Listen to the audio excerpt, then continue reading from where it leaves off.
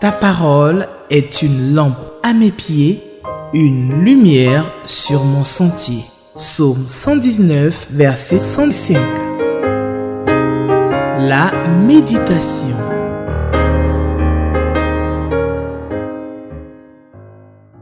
Shalom, chers frères et sœurs, que Dieu vous bénisse. Bienvenue à cette émission que vous aimez, vous y êtes habitués pour la plupart d'entre vous. Mais nous vous encourageons toujours à faire signe à un ami à gauche, un parent, un frère, une sœur, pour qu'ils soient aussi avec nous pour ce temps de méditation de la parole du Seigneur. Que le Seigneur vous bénisse. Merci à ceux qui sont les anciens, les habitués. Merci à ceux qui viennent d'arriver.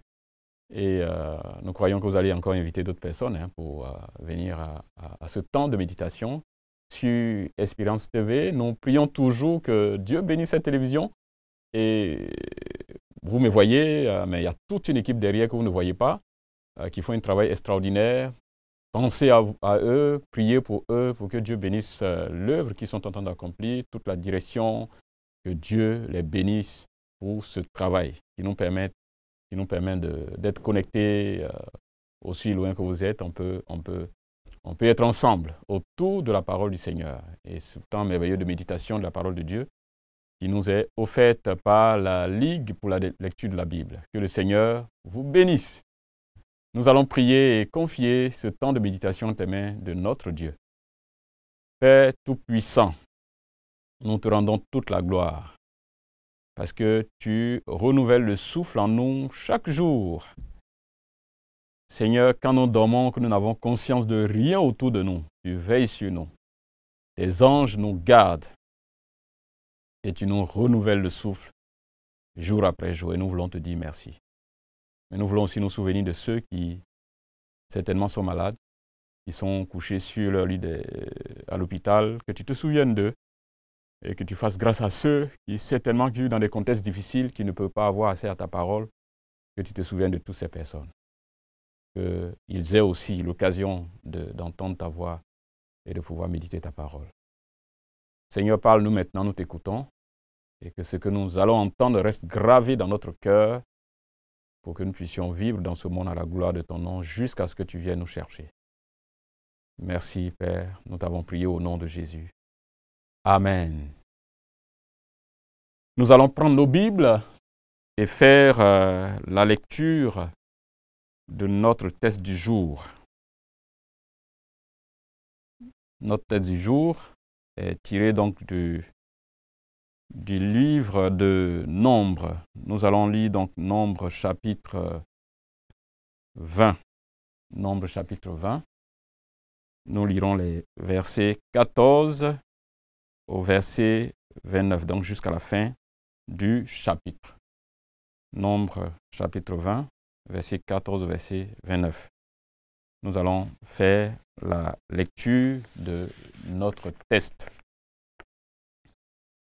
De Kadès, Moïse envoya des messages au roi d'Édom pour lui dire « Ainsi parle ton frère Israël. Tu sais toutes les souffrances que nous avons éprouvées.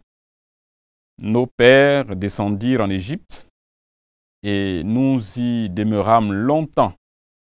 Mais les Égyptiens nous ont maltraités, nous et nos pères.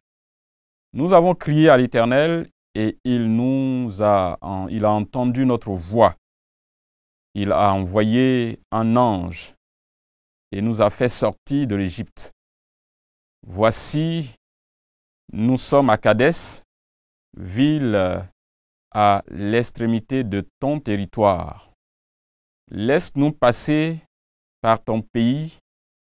Nous ne traverserons ni les champs, ni les vignes, et nous ne boirons pas l'eau des puits. Nous suivrons la route royale sans nous détourner à droite ou à gauche, jusqu'à ce que nous ayons franchi ton territoire. Édom lui dit, « Tu ne passeras point chez moi, sinon je sortirai à ta rencontre avec l'épée. Les enfants d'Israël lui dirent, « Nous monterons par la grande route, et si nous buvons de ton eau, moi et mes troupeaux, j'en payerai le prix. Je ne ferai que passer avec mes pieds, pas autre chose. » Il répondit, « Tu ne passeras pas. » Et Édom sortit à sa rencontre avec un peuple nombreux et à main forte. Ainsi, Édom refusa de donner passage à Israël par son territoire. Et Israël se détourna de lui. Toute l'assemblée des enfants d'Israël partit de Kadès et arriva à la montagne de Hor. L'Éternel dit à Moïse et à Aaron, « Vers la montagne de Hor, sur la frontière du pays d'Édom. Aaron va être recueilli auprès de son peuple, car il n'entrera point dans le pays que je donne aux enfants d'Israël, parce que vous avez été rebelles à mon ordre aux eaux de Mériba. Prends Aaron et son fils Éliazar, et fais-les monter sur la montagne de Hor. Dépouille Aaron de ses vêtements, et fais-les revêtir à Éliazar son fils. C'est là qu'Aaron sera recueilli et qu'il mourra. » Moïse fit ce que l'Éternel avait ordonné. Ils montèrent sur la montagne de Hor aux yeux de toute l'assemblée. Moïse dépouilla Aaron de ses vêtements et les fit revêtir à Éliazar son fils. Aaron mourut là, au sommet de la montagne. Moïse et Éliazar descendirent de la montagne.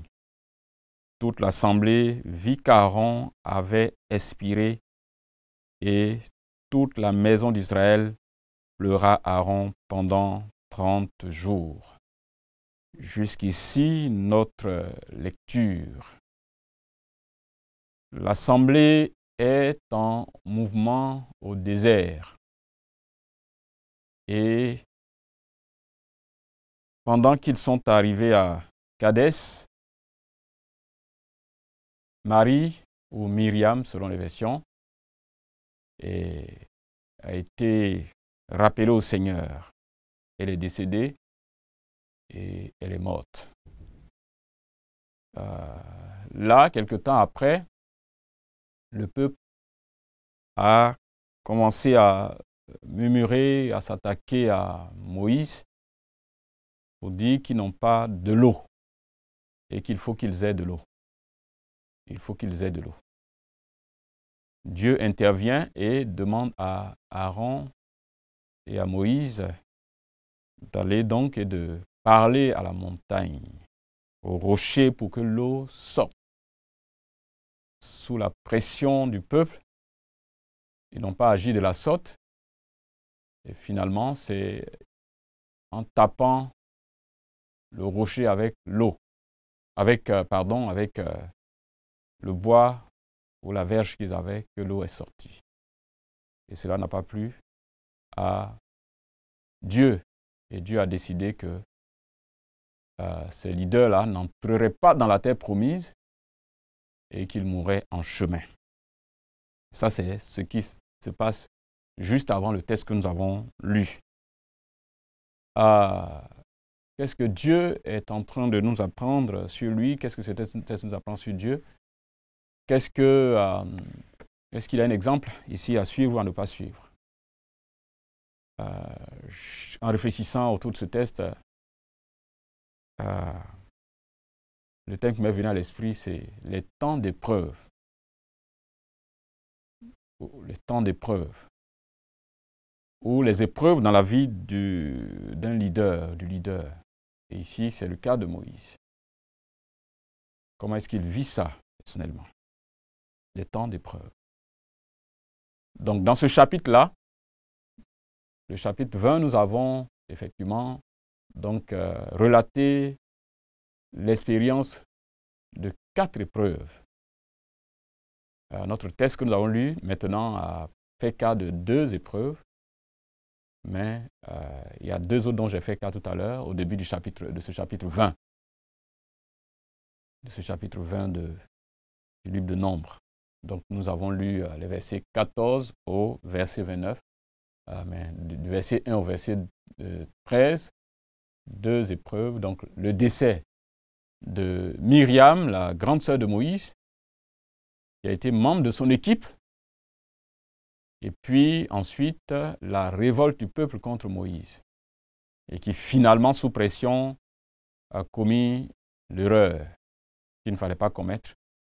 Il va donc finalement l'empêcher d'entrer dans la terre promise, et Dieu a pris la décision.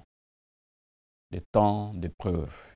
Il y a parfois des moments de la vie d'un leader ou bien d'un individu simple en tant qu'enfant de Dieu où on a comme certains moments où les épreuves se chevauchent. C'est comme si les choses se sont entendues pour s'abattre sur nous dans presque un laps de temps. Et Moïse va vivre cette expérience difficile. Et les 2 cas que nous avons ici, en tant que leader, il est en mouvement, il veut continuer donc sa marche à la tête de ce peuple, continuer à se déplacer d'un lieu à un autre, de Kadès. Et il va demander la permission au peuple d'Édom, donc aux descendants d'Ésaü, qui sont les descendants donc, du frère de Jacob. Donc Israël, le peuple qui se déplace maintenant sous la direction de Moïse, ce sont les enfants de Jacob, donc appelés plus tard Israël. Donc, ils sont donc les frères, les descendants de Jacob, qui se retrouvent en face des descendants d'Ésaü. Donc, et c'est ce terme-là c'est dans ce sens que Moïse dit ici que « Ainsi parle ton frère Israël ». Donc, les descendants de Jacob s'adressent aux descendants d'Ésaü, et ce sont les descendants d'Ésaü qui vont refuser que les Israélites, donc les enfants d'Israël, traversent leur territoire. Moïse donne toutes les garanties pour dire que nous ne serons pas une menace, nous n'allons rien faire, nous n'allons pas détruire vos plants, vos champs, nous n'allons même pas boire votre eau. Permettez simplement que nous puissions passer là pour réduire notre distance. Nous voulons passer là pour aller donc là où nous partons. Il a fait donné cette garantie à 2 reprises, et les descendants donc d'Ésaü, donc les Édomites, vont refuser. Je pense que c'est une épreuve assez difficile. Quand vous voyez devant vous votre frère qui vous refuse quelque chose en fait qui ne va pas lui coûter grand-chose, et qui vous refuse et qui est plutôt l'obstacle ou celui qui vous empêche d'avancer, de réaliser un projet aussi important. C'est dur et c'est difficile à vivre. Sans oublier que Moïse venait déjà de vivre 2 expériences encore difficiles. L'expérience de la mort de sa sœur. Nous nous rappellerons en arrière que Myriam depuis leur enfance, a joué un rôle très important. Ce n'est pas Myriam ou Marie, selon notre version ici, que la vie de Moïse, en quelque sorte, va être sauvée.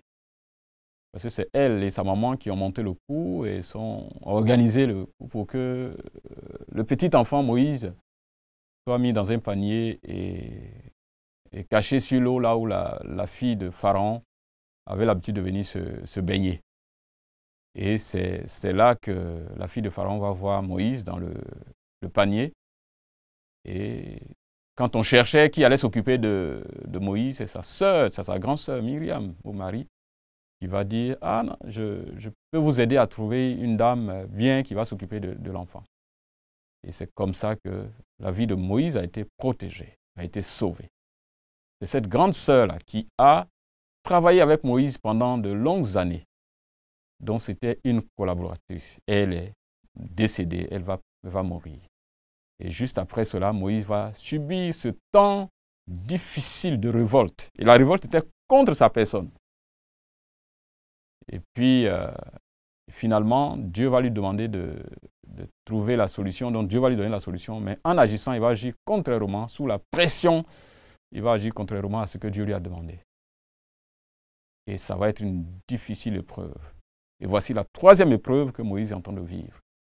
Le refus des descendants d'Édom, des descendants d'Ésaü, le refus de les laisser passer. Donc, c'est toute une foule.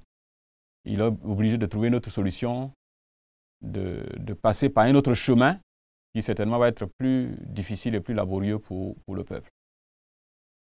Donc, voici cette épreuve. Deuxième épreuve dans ce texte, qui est la quatrième épreuve, c'est la mort de son frère Aaron. Un compagnon qui a travaillé avec lui pendant aussi de longues années. On se rappelle l'expérience de la rencontre du rendez-vous chez Pharaon, où il avait dit à Dieu, « Ah Seigneur, tu sais que je ne sais pas parler. » Et Dieu lui a dit, « Je vais te donner ton frère qui va être ton porte-parole. C'est lui qui parlera pour toi. » C'est lui qui parlera pour toi. Et c'est avec lui qu'il est allé dans la présence de Pharaon. Et nous avons l'histoire des 10 plaies. Aaron a été là, a marché avec lui, il a exercé, soutenu son frère dans l'exercice de sa mission de leader du peuple. Et c'est Aaron qui va donc partir et Dieu va dire que va avec Aaron sur cette montagne et c'est là qu'il mourra, il va être déchargé de ses fonctions et son successeur Éléazar, son fils, va continuer l'œuvre à sa place. Oui, c'est difficile comme épreuve. Quand vous avez une équipe avec laquelle vous travaillez, que vous avez travaillé pendant de longues années, des gens avec qui vous entendez, vous êtes malgré les petits temps de tension qu'il a pu avoir, Aaron a été un bon collaborateur pour Moïse, une aide. Et lorsque vous perdez une telle personne, c'est difficile. La tristesse va s'abattre sur le peuple dans son ensemble, mais en particulier sur Moïse. Moïse qui a travaillé avec Aaron, avec ce frère de sang, mais un collaborateur. C'est des temps difficiles. Les épreuves dans la vie d'un enfant de Dieu, d'un serviteur de Dieu, d'un collaborateur. C'est des expériences que nous vivons, que nous sommes appelés à vivre. Ce sont des expériences inhérentes à la vie de chaque être humain. Et en particulier de ceux qui servent le Seigneur, des enfants de Dieu. Chers frères et sœurs, il y a des temps d'épreuve. Des moments où nous voyons des gens nous quitter à gauche, à droite. Il y a des moments où nous voyons des obstacles difficiles, des oppositions à notre ministère, à notre travail, à notre vie. Et malheureusement, ça vient très souvent de ceux qui sont des proches de nos frères. Il a employé ce thème-là en se disant vraiment, c'est mon frère, ce sont nos frères. Tout le monde peut s'opposer à nous, tout le monde peut nous empêcher d'avancer, mais pas nos frères. Et malheureusement, ce sont eux qui vont le faire. Et ils vont non seulement s'opposer, dire non, mais ils vont prendre les armes pour venir empêcher leurs frères de passer. Et ils disent, si vous passez sur notre territoire, on vous attaque, on vous tue. Et Moïse va calmement se détourner. Des temps d'épreuve. Chers frères et sœurs, il y a des temps d'épreuve. Et Dieu nous apprend cela, ici dans ce texte. L'autre chose que nous pouvons apprendre aussi de Dieu ici, c'est que quand Dieu a décidé, il accomplit ce qu'il a décidé. Quand nous avons désobéi à Dieu, sa parole, ses principes s'appliquent à nous, quel que soit notre niveau de responsabilité. Dieu avait décidé que Aaron et Moïse n'entreraient pas dans la terre promise. Et il est temps pour Aaron de partir. Et Dieu demande donc à Moïse de l'accompagner jusqu'à là où il doit mourir. Dieu nous apprend que quand il décide, ça s'accomplit et sa décision s'applique à nous, quel que soit notre niveau de responsabilité, quel que soit l'attachement que nous avons à telle ou telle personne, le rôle, les fonctions que nous avons exercées. Si nous avons désobéi à Dieu, la sanction nous sera appliquée. Et nous avons besoin, chers frères et sœurs, d'apprendre à mieux connaître notre Dieu et savoir marcher avec lui. Les principes de Dieu, les règles de Dieu s'appliquent à toute personne, quel que soit son niveau de responsabilité. Et le peuple va pleurer, va faire le deuil de Aaron pendant 30 jours. Ça, c'est un signe aussi important, chers frères et sœurs. Honorer ceux qui ont été des instruments puissants de Dieu pour nous servir. C'est aussi leur manière de l'honorer. C'est leur manière de l'honorer. Pleurer la mort d'Aaron pendant 30 jours. C'est une manière d'honorer ces personnes qui nous ont servi. Il y a des gens qui sont allés au charbon, qui ont donné leur vie, qui se battent pour nous. Les serviteurs de Dieu, les leaders spirituels, mais même nos frères et sœurs qui sont avec nous, avec lesquels nous vivons. Honorer ces personnes qui donnent leur vie pour nous, pour notre bien. Et je termine en disant que Dieu est avec nous dans nos épreuves. Il est avec son peuple. Dieu est avec Moïse et il continuera de l'utiliser pour qu'ils aillent jusqu'à la fin de la mission qu'il lui a donnée. Il peut y avoir des temps d'épreuve dans la vie de tout serviteur de Dieu, de tout enfant de Dieu. Et c'est des choses inhérentes à la vie d'un être humain en général, mais d'un enfant de Dieu en particulier. Que le Seigneur nous aide à lui faire confiance dans nos temps d'épreuve qui arriveront toujours. Faisons confiance au Seigneur et marchons avec lui fidèlement. Acceptons les décisions qu'il prend parce que Moïse a accepté. Il a obéi. Et il a accompagné son frère pour qu'il meure sur la montagne. Acceptons les décisions de Dieu, obéissons à ce qu'il nous demande et marchons fidèlement. C'est ça la fidélité à Dieu, c'est ça l'obéissance à Dieu. Même quand ce qu'il nous demande est dur et difficile. Que Dieu nous aide à marcher avec lui fidèlement malgré les temps d'épreuve, malgré la dureté de ce qu'il nous demande. Que le Seigneur nous bénisse, chers frères et sœurs. Nous allons prier pour que Dieu nous aide dans notre vie. Seigneur, nous te disons merci pour ta parole. Que ce que nous avons entendu reste gravé dans nos cœurs. Soutiens tes enfants qui traversent des temps difficiles. Ceux dans la vie desquels les épreuves sont en train de se succéder. Que tu leur viennes au secours. Que tu les aides à regarder à toi. À accepter le chemin par lequel tu leur donnes de passer. Moïse l'a accepté. Moïse l'a accepté. Seigneur, aide-nous à accepter des temps difficiles, à te faire confiance, même quand c'est douloureux, et à te suivre fidèlement jusqu'au bout.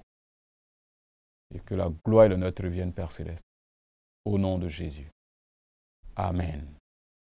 Shalom, chers frères et sœurs, que Dieu vous bénisse, et nous nous retrouvons encore la prochaine fois pour un autre temps de méditation. Amen.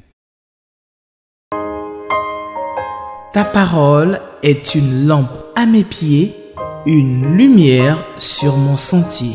Psaume 119, verset 105. La méditation.